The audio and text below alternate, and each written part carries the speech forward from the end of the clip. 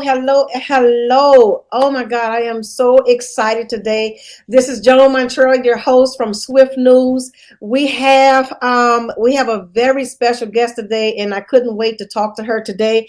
And this is no other than Dierdre Gilbert, former candidate for the governor of Texas. Welcome, welcome, welcome. Thank you. You Thank you. look, Thank you you look so so beautiful much. today. I'm doing fine and I'm glad I am just so excited to be here today and thank you for this opportunity to share my story and my journey. I'm real excited. Thank you. I'm excited too, and it's an honor to catch up with you because we know you have a lot going on. You're a very busy woman, so thank you for stopping by. So we want the audience to know exactly who you are, and I don't want to mess it up. So I want you to introduce yourself to us because, the first time I met you, your spirit was so beautiful. It was so open and welcoming, and Thank you. I just know that someday we'll be doing something together. And we Yes. talked about it several times. We But have and I really believe that it's time. It's yes, time. so tell us who you are. We want to Well, come into your life and find out what's going on with you. oh my God. I mean, my name is Deirdre Gilbert, and I am just, uh, I'm going to say that I'm an advocate for just people. And I've been doing this stuff for so long. And I just love people. I love to see people getting justice.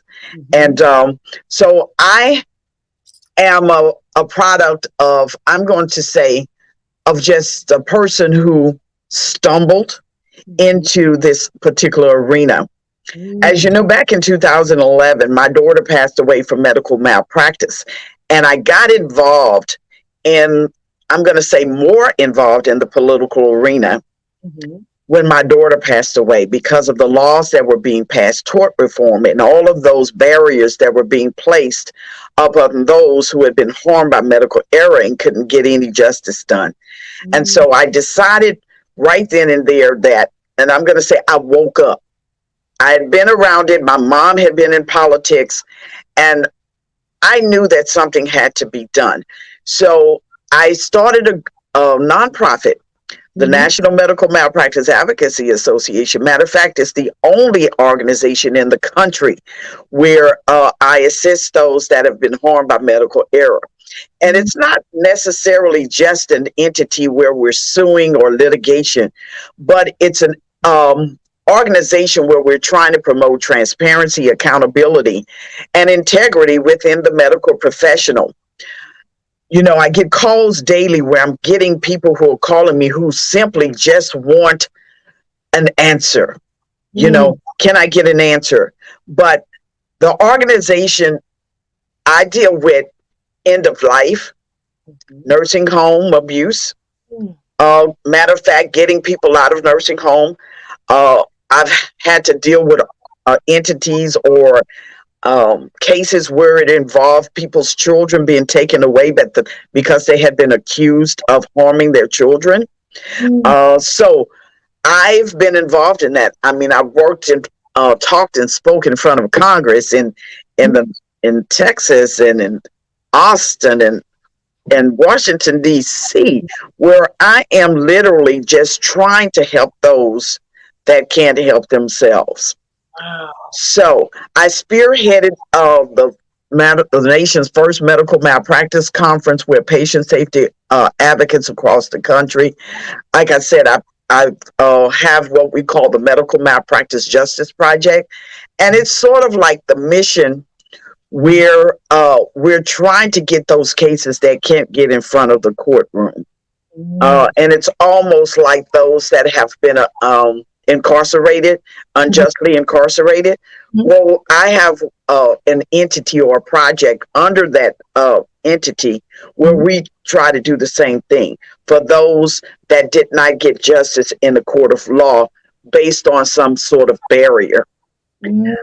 I mean, I have gotten recognition across the country from states, Colorado, Georgia, Texas, recognizing what they call Medical Malpractice Month, where we actually recognize this month in the month of July. Mm-hmm. We received for the first time in 2019 the first and only proclamation that's enrolled in the state of Texas, Wow. recognizing July as Medical Malpractice Month. I Ooh. also work along with attorneys that created the first chapter of attorneys in the state of Louisiana and Virginia. And actually, what they do is they handle the legislative needs of the NMAA, which is the nonprofit. Out of that is where I ended up putting my feet in the political run for office. And my first political stint was back in 2018, and I ran for Justice of the Peace. Mm-hmm. And that was another stumbling day, I'm going to say, where I was actually sued for debt. And they call it this old debt that I was never served. I was never served with any type of paperwork or any type of citations or anything, but my name had been submitted to a court that said that I had been sued. And sure enough, I go in and see that I'm being sued in a court of law, go to a Justice of the Peace Court within Fort Bend County. And that was one of the most another awakening day for me. And I realized that this court was being used, or they were utilizing this court to get several people across the country, not just here, but in different states and in different parts of Texas, where people were being sued and never knew that they were being sued. Their houses were being taken, their bank accounts were being garnished, and I actually fought back with these people and decided to run for that particular judge's office when I went in and gave him actually evidence to prove that that case was not mine, but he didn't care. It's simply he didn't care. I was guilty regardless. And I decided one day, after I left that courthouse, after he told me to shut up in the court of law, I was like, oh my God. And I said, I'm going to run for his office. And I did. And so when I decided to run for governor, I knew that this was one of the biggest tasks that I probably could ever imagine to embrace. But it was something that I think that needed to be done because we just are not able to get any laws changed. We're not able to get the things that we specifically need as it relates to healthcare or housing, or whether it's our kids in our educational system or in just justice within the courts. We've been seeing how we've been having violent criminals being released out into the communities where there's no protection for everyday people. So with that, I decided I tried to sit at the table. I was like Martin Luther King when he said, I tried to sit at the table and I couldn't get justice. They was refusing to listen, didn't want to talk. And so therefore I was like, we have political legislative leaders who will not help to change the world. And I'm saying, well, maybe I can run for office. And sure enough, I, like everybody else, I didn't have the money. I didn't have, I'm going to say, the name recognition as it related to running for such office, but I wasn't an unknown as it relates to what I've been doing in the state of Texas. So they knew who I was. They knew that I was a fighter. They knew that I was going to be able to change some things. And so I was not embraced. Matter of fact, as you know, when we first began, there were 6 of us at the very beginning. Most of them were women who were in major parties. I changed from the Democratic Party to run on an independent ticket and became one of the only independent candidates in the state of Texas, Black females, to remain.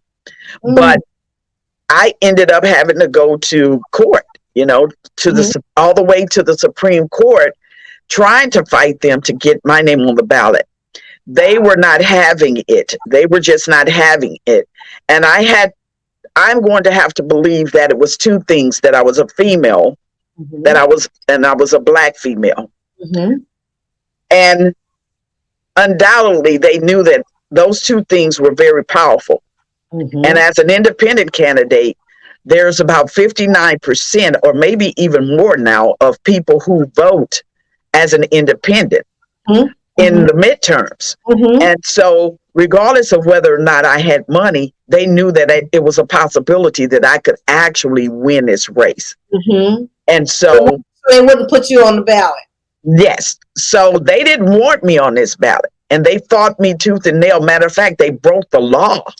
Oh my They goodness. actually broke the law to keep me off the ballot. I never received a declaration of ineligibility, which was declared by the Supreme Court about a month ago. The Supreme Court had ruled for the Libertarian Party and the Green Party that the Office of Attorney General, the Secretary of State, the Democratic Party or Republican Party, even Green Party or Libertarian Party, did not have the authority to keep a candidate off the ballot. The only option that they had was for them to get what they call a declaration of ineligibility, and it had to be filed by an opposing candidate within the court, and a judge had to rule. The judges refused to rule in my case because many of these judges had been appointed Mm-hmm. by the governor, Mm-hmm. our present governor. Many of them were running for office. Many of them probably received funding from someone, and they just refused to rule. And I have never seen anything like this before in my life, Joan. But it made me feel good to Mhm. know that just little old Dierdre, who Mm-hmm. had not a dime, Mm-hmm. had to get that much power Mm-hmm. for them to just say, we just can't let her do it, because if we let her do it, we're not going to make it. This two-party system will be destroyed. Oh my goodness. And so that's where we are, and I'm excited. Mhm. I don't know where that's going to lead us. Hopefully it'll be a way for us to expose more. Yes. Mm-hmm. Maybe we can find new initiatives to create those rules and regulations that we need. Mhm. And maybe it's time for us to figure out how we can get rid of judges and these leaders. It's time to clear everything out. It's Right. time to clear Right. things out, and Yes. and start a fresh start. So the other women that were on the ballots, they were all African American descent. Yes. All of them were African American descent. Now, the only two that I know of right now is Stacey Abrams and Mia McLeod, who's Mhm. running. And there are a couple of independent candidates that are running for office as well, but they're in other states. Mhm. And their requirements weren't as stringent as ours in Texas. So they were asking me for 85,000 signatures in the state of Texas. In some states, it was only 25. In Tennessee, actually 25 signatures. That's all they needed to get on the ballot. So listening to you, this makes me think that they know what you did before. Yes.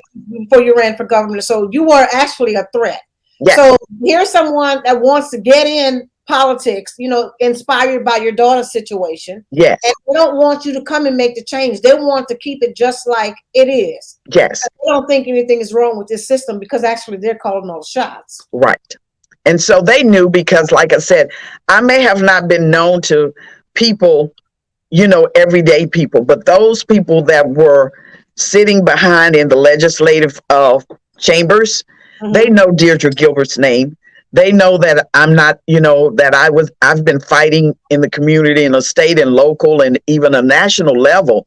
So my name was actually I would say I may have not been in the room, but my name was. And so I had gotten calls from Washington, D.C. during my running stint here where I was told that they know who I am. They Mm. literally knew who I was.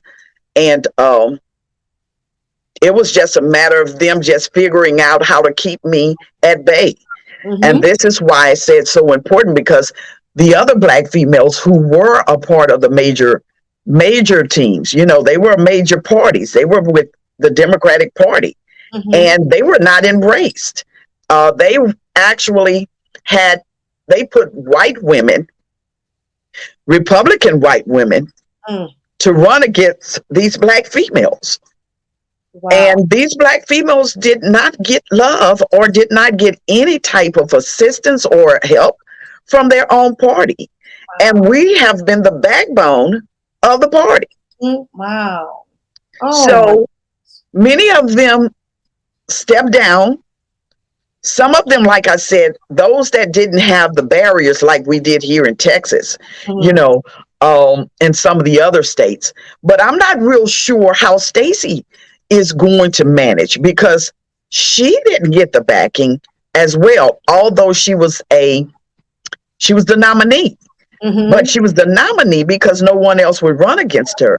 Yeah. But Okay. the party has not given her any type of, financial backing.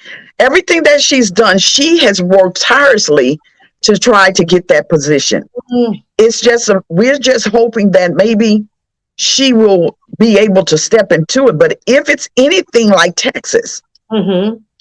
they're going to find a way Mm-hmm. to try to keep her from being governor of Mm-hmm. that state. Mm-hmm. And so, I mean, this is where we are. We're strong advocates. We're wanting change, Mm-hmm. but the current systems that we have just don't. They're not looking for change. I briefly talked about this morning when I put out where we call clickbait politics, Mm-hmm. and clickbait politics is you can see it now, where they use an agenda to get people to the polls. So they've been trying a long time, trying to figure out what clickbait can be used to get people to the polls. And Mm-hmm. as you listen, and if you listen real carefully to the news, it's more so the abortion. And if Mm-hmm. you hear what they say, they will tell you, oh, this abortion thing here is going to get people to these polls. They tried different sets of clickbait. It was gun violence, Mm-hmm. it was abortion, and we had the LGBTQ things going on, right? We Mm-hmm. had different things that they would poke at, and they would put out there, and then they would see what would catch. Mm-hmm. So now what they're using is the abortion. Oh my goodness. And that is what is driving the people to the polls. Because everybody wants, that's a topic that they can identify with. Right. However, and it's women, and they know that women vote. Mm. So here's the bad part of that is, at the end of that, what are we actually fighting for, other than, are we fighting for just to have an abortion or not to have an abortion? Or are we fighting for a right? Are we fighting for health care, safety? Or we're fighting for what are we getting? Because at the end of the day, are you just speaking on that particular subject and that's it to get the people to the polls? Mm-hmm. And that's what that is. We have to be careful about the clickbait politics that we have been drawn to. And that's very dangerous, because at the end of the day, what are we talking about? Is that it? Mm-hmm. Exactly. Right. Is that it? Mm-hmm. And what else? Yeah. And that's the scary part of where we are right now. And that's all they're doing is trying to find, how can we get the people to the polls? Because they knew that in the primaries, many people did not show up to come to vote, because a lot of people don't like our candidates, or they just sick and tired of the political establishment right now. Mm-hmm. And so that's where we are right now. So we're trying to figure out, where do we go from here? Because I promise you, at the end of the day, when this election is over with, Mm-hmm. Nobody would have addressed gentrification. Mm-hmm. Nobody's going to address eminent domain where they're taking people's homes. Nobody's addressing healthcare. Nobody's talking about our educational system. Nobody's talking about gun control and how to keep our kids and families safe. None of these issues are going to be discussed or handled. And that's where we are. And so we just constantly keep going down into a whirlwind. Life today is so uncertain. Yes. You don't know who's who. You don't know what they're doing. I'm like, where do they vote at? Are these votes hidden? Because it seems like they're pushing things on us. Like we don't have an opportunity. Like when are you going to bring us in to say no way? So No. they're avoiding that. Right. They want to make their own decisions. Yes. So and we're headed into, we've been heading this way for quite some time. And you knew that from the last election, from the presidential election, where we're going. Mm-hmm. And so it's all about power, and at any expense, which means that we don't care who we take down. Mm-hmm. We're going to do it whatever way we can, because that power, we must stay in power. We can't lose this power. We can't lose it at all. Mm-hmm. So at this time, it's whatever happens. We're seeing it playing out now. You saw what happened in Washington, D.C. We're seeing what happens in our school systems. We're seeing it every day when we're looking at the news, and we're hearing all of the killings and all of the stuff that's going on, the police brutality, black on black crime, whatever it is that we want to touch on, it's there. And we're not getting any better. Now they're talking about recession, and with this recession, we're now talking about jobs that will be lost. And the main jobs are going to be those that where people are working from home. Mm-hmm. Okay. Wow. And I think, oh my goodness, that's going to be the first. Oh. Yeah, that's going to be the first people that they're going to release, and that's going to be powerful, because a lot of people just don't have it. They just don't have it. Knowing what you know, what would you tell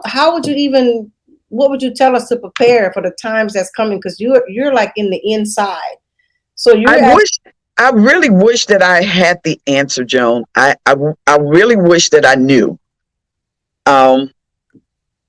There's going to have to be, I call it a cleaning of the core. Mm-hmm. Mm-hmm. A pure cleaning of the core. You're going to have to get to the core of the problem. And the core of the problem is our legislative leaders, those that have been in power for so long that,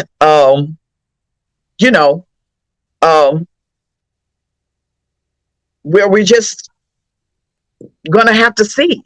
Yeah. Because we need to see who they plan to put in power, because, we're looking at identity politics. We're not really paying attention to the people that we're asking folks to vote for. We don't really care at this point. People really don't really care, because now they're saying pretty much, it's either Satan or Lucifer. Mm-hmm. And it's one of the same, and it's no longer, it's just no longer the best person for the job. Mm-hmm. Yes. How do we take those people down? Absolutely. Yeah, and it's exposure, but many people don't want to talk about the exposure, but I see it coming. If you see it now, mm-hmm. you've been seeing probably quite a bit of whistleblowers. Mm-hmm. People who are now coming out and whistleblowing on, these big time IT companies, and telling you what's going on behind the scenes. Mm-hmm. of just everything, of your TV stations. We know what's going on with our TV stations are being bought up, mm-hmm. and our newspapers are being bought up by hedge funds. Mm-hmm. These are private people. We don't know who these private people are, and most likely is the people who were responsible for this suppression campaign, where they don't want you to say anything. Mm-hmm. They don't want people to release or expose the information that will help to change the trajectory that we're in. They want you to only hear what they want you to hear. So it's a matter of people just really going to have to be strong enough to stand, Joan. Yes, yes, because they've been controlling us with media for a long time. I Yes, mean, that's decades. yes. So, what does this do for somebody like you? Because I've heard you speak at one of your events, Hmm. and it was an amazing speech. You were so compassionate. That's all I can, that's all I said when I left the event. I just said she's such a passionate person, and it's because of her daughter. She has this fire, that she's Hmm. not looking out for herself, but because of that situation, she's trying to make good from that. And help other people, like you're saying, removing people out of their homes, and with the nursing home and things like that, fighting for their rights and things like that. What does this do for somebody like you mentally, emotionally? How does that, what is the The stress? grace of God, that's the strength of God. I can tell you. Woo! Um, I'm going to say that God chooses his Davids. Mm, Okay. Um, I told my husband I really can't explain it.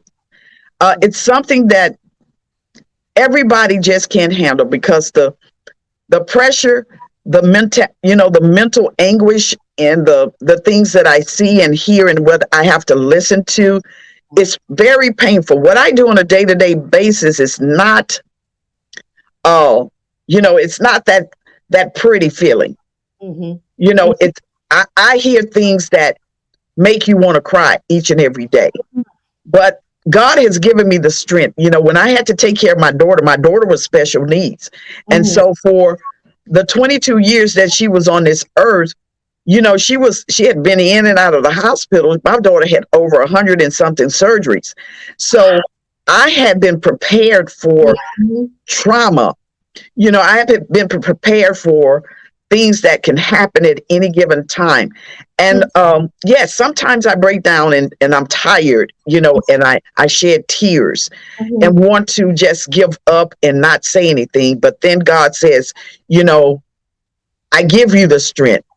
And it's only by the grace of God that I have the strength and the tenacity to do it. Mhm, And I'm not afraid. mhm. Okay, so and that's it. Everybody just can't do these kinds of things. It's Absolutely. very draining, Mhm. um, but it's a necessity. And I just ask God to just continue to give me strength. That's pretty much all I can say because it's something that I can't even um, fathom. Yes. I mean, Mhm, God, I have learned so much. I mean, mhm, even through these trials with this race.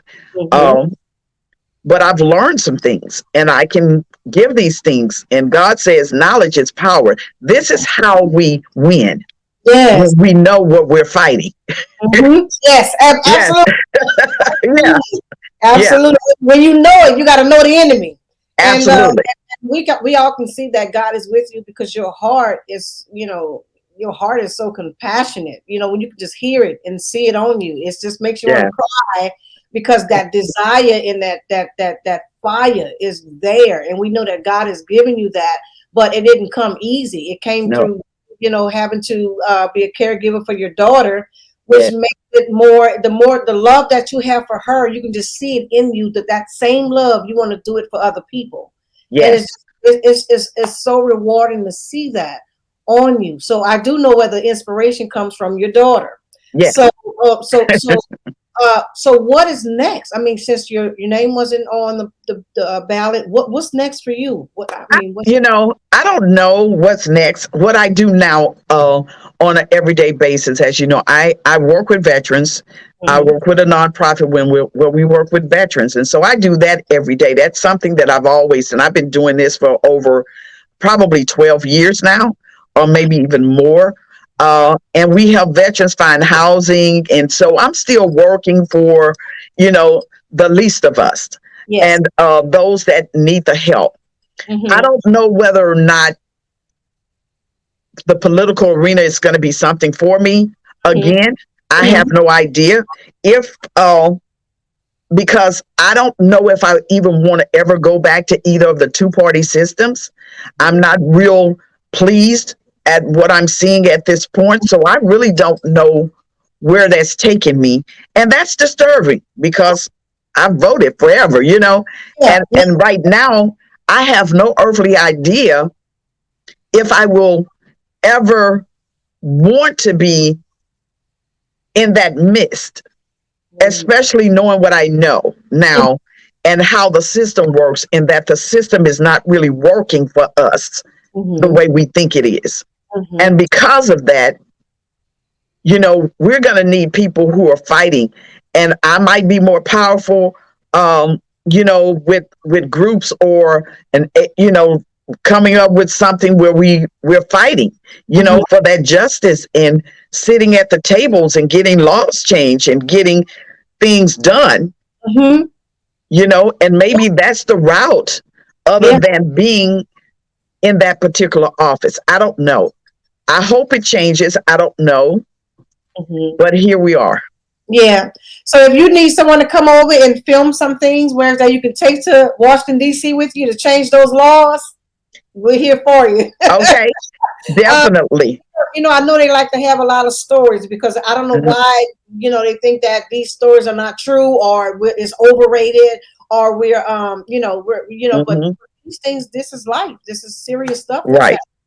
I think that, one of the most powerful stories, Joan, that I think that you may be able to do is probably to look at all of those Black females who were like me, who wanted to do the right thing and who were just not embraced in this political. People need to hear about more Black females because this was the first time in history, and I'm talking about in history, that Black females all across the country and all across the states were running for these high positions such as governor. That in itself is just amazing because Texas has never had a Black female. Matter of fact, I don't even know, never, not even on the ballot running for office. So that's a powerful statement, and people need to know how powerful that is.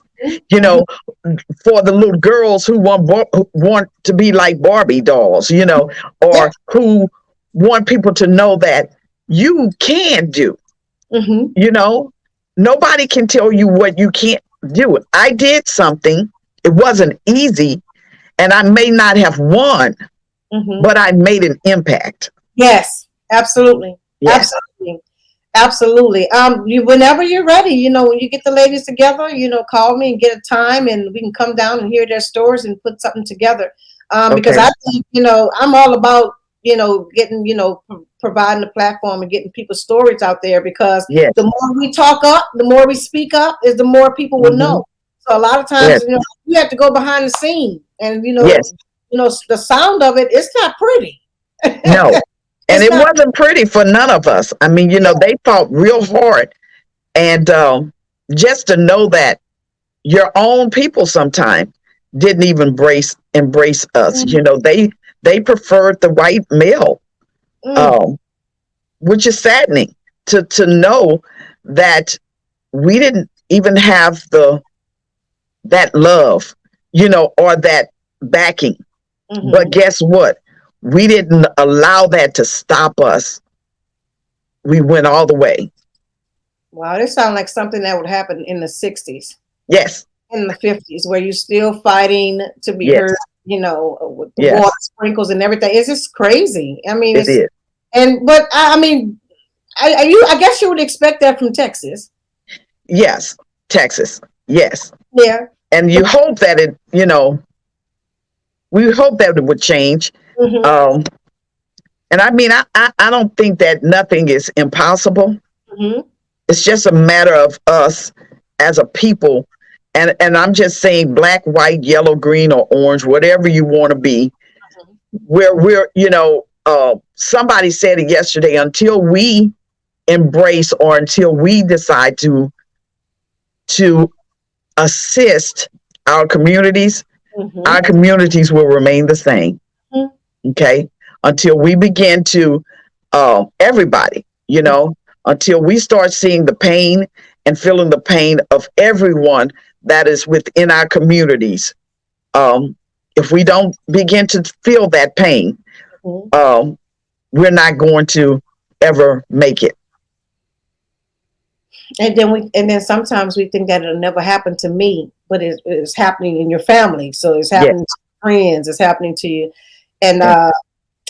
I don't know, any advice you can give us? How do we prepare to help and pitch in? How do we do that? Do we start a community group up? Each community take, how do we I go? mean, I'm going to call it a systematic issue, Joan. These, a lot of the things that are happening has been occurring for years, right up underneath our noses. So it's going to take people to stand up, but people need to be able to have an ear to hear the truth. Many of us don't want to hear the truth, and therefore because we don't want to hear the truth, we like to live in, I'm going to say, in the non-complexities of life.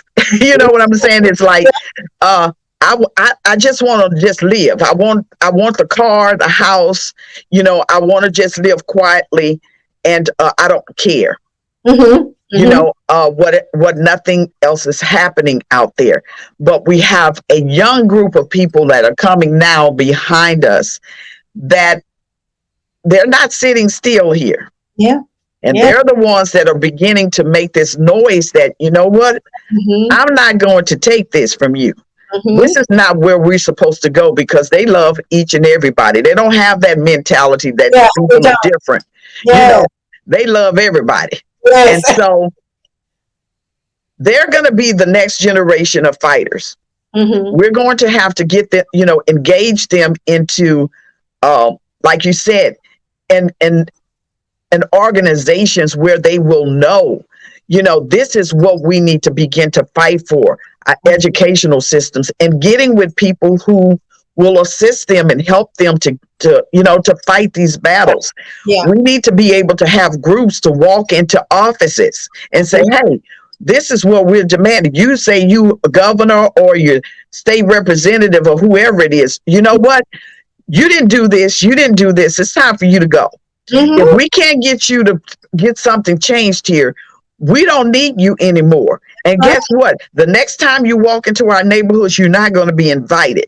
And these are the kinds of things that we're going to have to do. We're going to have to step up and make them accountable. Yes. We've been talking about it, Joan. But most of us, we got too old. Yeah. Our age, we're getting too old, and we need another generation of people, and they're there. Yes. But you got to give them the reason to fight. They're not going to just, and they're ready to fight for rights.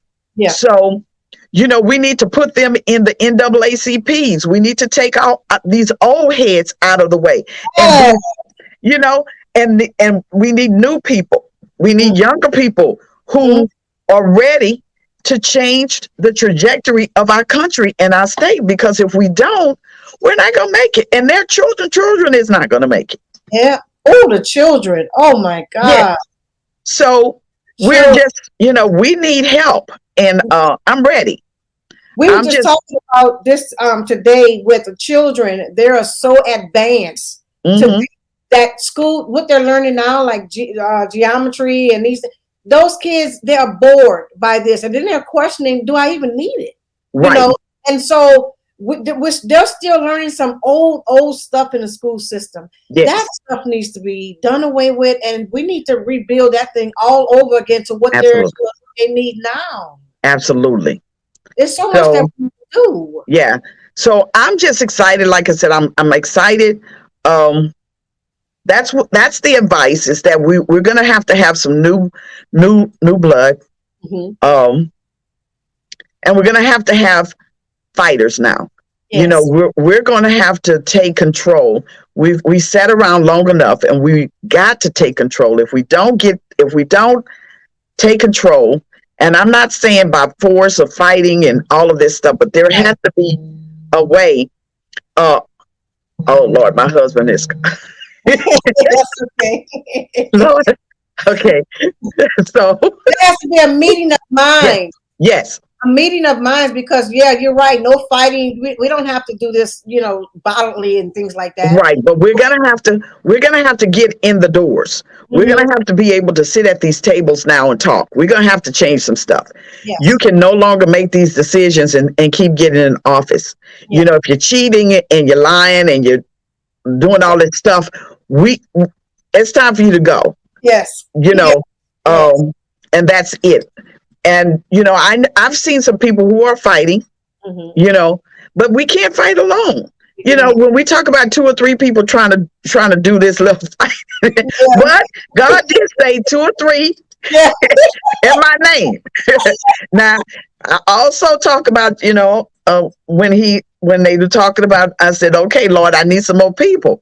And Mhm. he's like, well, no. So this is where we are. He wants us to just fight. Oh, okay. Yes, and we're ready to do that, and yes, we're ma'am. ready to fight smarter and not harder. Yes, And absolutely. so bridging the gap between, I would say, the young people like the millennials and the traditionals, we need to come together, because it's a lot of times I find whereas that the millennials don't want to have anything to do with history. They don't No, want anything to do with history, and we're like, but if you don't know the history, you can't fight for where we're going. absolutely. We need to bridge that gap as well, so that everybody can be on the same page. We need to go back to those town hall meetings. Absolutely. If we And do and that, we see that's one of the things we never had. yeah. We haven't had those in a long time. Hmm. Uh, and now many of those meetings, they want to suppress you from speaking, Hmm. throwing you out of the meeting, where we're going Yes, to have to change that too. yes, Where no, we're not going anywhere. It's time for you to go. yes, absolutely. you know, And we yeah, need it's time for you to go. and we need to open So up some of those huge churches, and let us come in there, because they said state and religion don't mix. But right, now we need to open all that up, and we need to just come together and just do it. yes, we need to bring it back. I don't think God is pleased with where we're heading, but I also know that God is saying to us that um, I've spoken. Hmm. He you know He's spoken. Hmm. He's been talking. We're Hmm. not listening. So when we don't listen, He takes His hands off the Yes. steering wheel, and He allows us to just drive wherever we want to drive. Mhm. And we're gonna fall if we don't listen. And so if and that's all I can tell you, is that we're going to have to begin to listen, Mhm. and we're going to have to change it, because it's not going to change itself. It's there. I don't see that there's a scary part of this. You Mhm. just got to be willing to want to do it Yeah. and get it done. Yeah. Just stand up. I mean, He doesn't give us a spirit of fear. That's right. We need to begin to fight back for our rights. There's no way that we should be in the same position, that we were in the 60s, in the Mhm. 50s, 40s, and 30s, and the 20s, and in the 1800s, because that's exactly where we're headed. It's like we're going back, and I'm like, oh my God, we headed somewhere I don't want Yeah, to go. we can't go back. Not with how forceful these millennials are. They like you're right. They're ready Yeah, to get on in there. We got to yeah. stand by them now. But just think about it. We're heading that way. Mhm. If we can't, if they're taking homes from us, we're gonna be Mhm. on the street. Yeah. You know, Yeah. if our schools are already gone, you Mhm. know, and people are going to prisons. They're building more prison systems, Mhm. and matter of fact, they're moving the prison system so far out where other people don't even have access to their family members. They're doing so many different things to um, I call it conformity. You Mhm. know, it's a form of conformity, and we have gotten out of control in their minds. Yeah. And so that's the whole thing. We have learned how to speak. We've learned how to read. We've learned how to understand. And Mhm. so now the that other piece of the puzzle, that slave mentality of some people are not liking us to have that type of, mindset. So when you get out of line, what do? I punish you.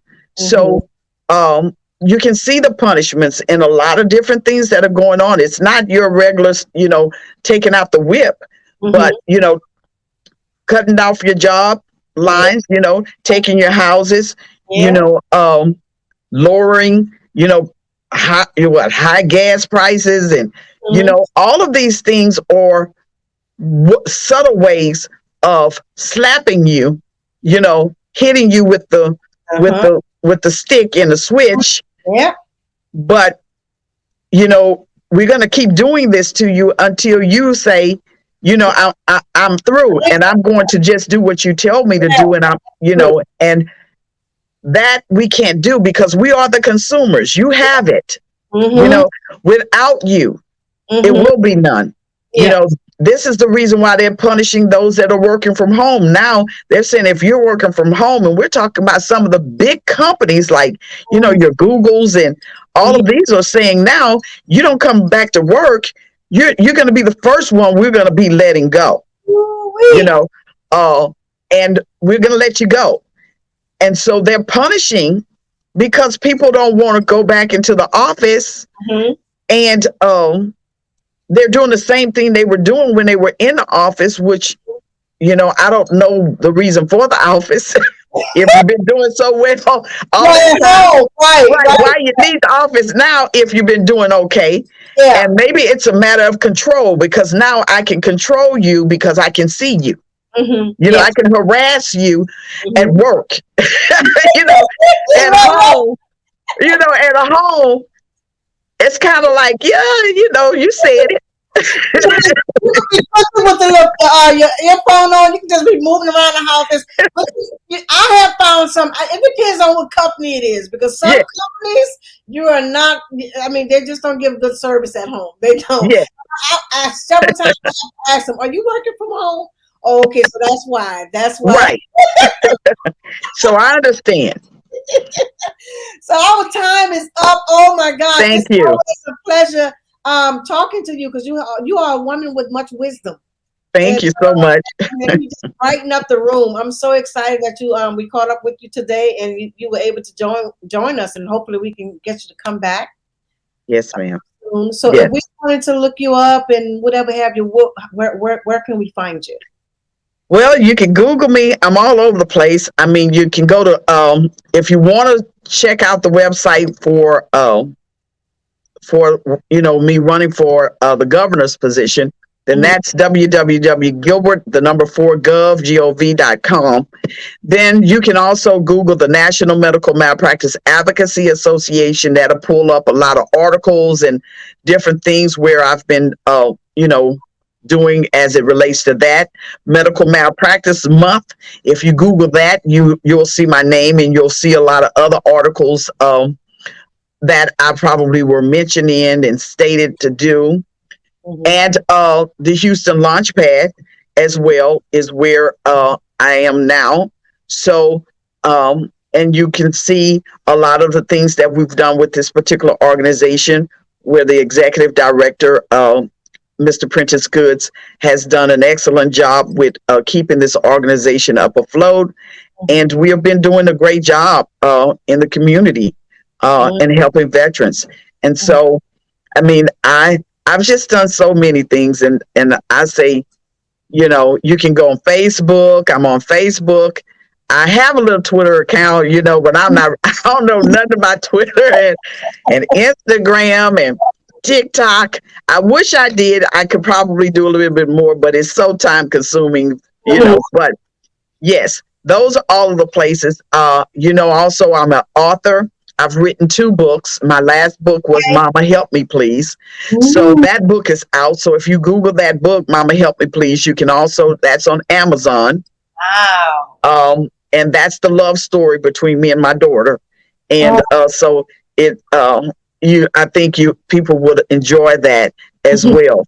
So, these are the things I would love. I would love to speak more be a part of more, speaking engagements, talking to people and letting people know about all of these resources and just the fight and just getting things done.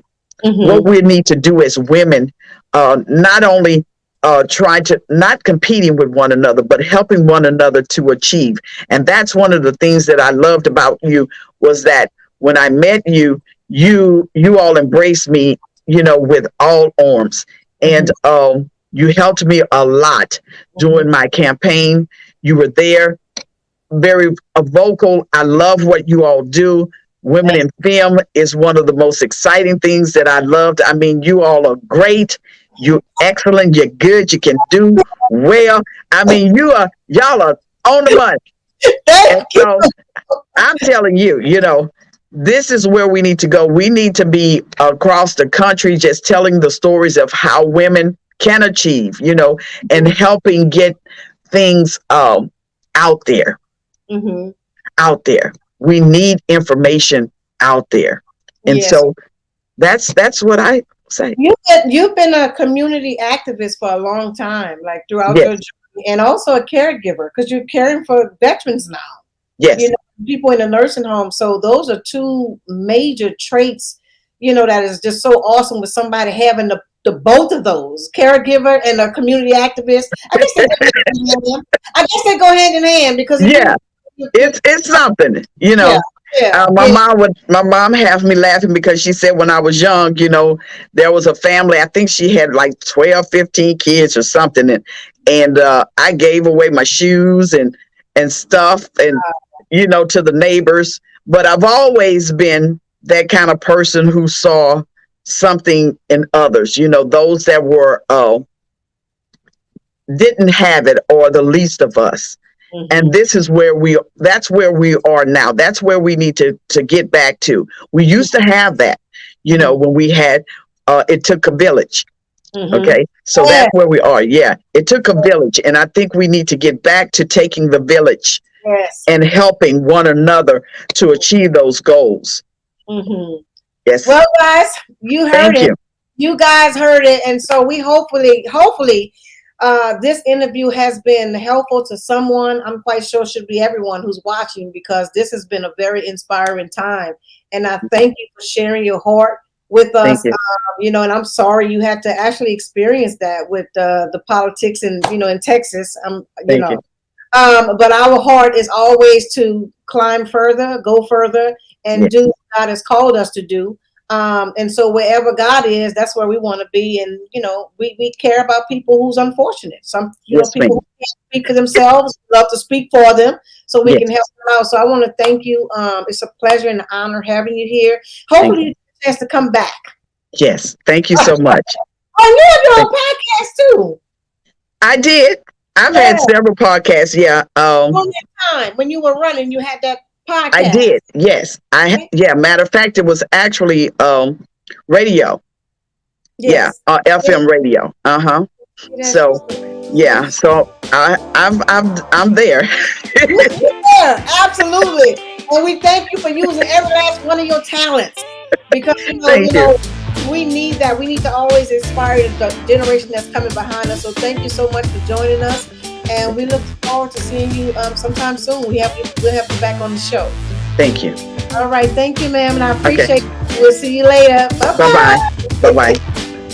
Thank you for joining us on Swift News, where we highlight community leaders from all around the world. To book an interview, please visit our website at wisdomproductioninternational.org, or you can email us at wisdomproductionllc@gmail.com.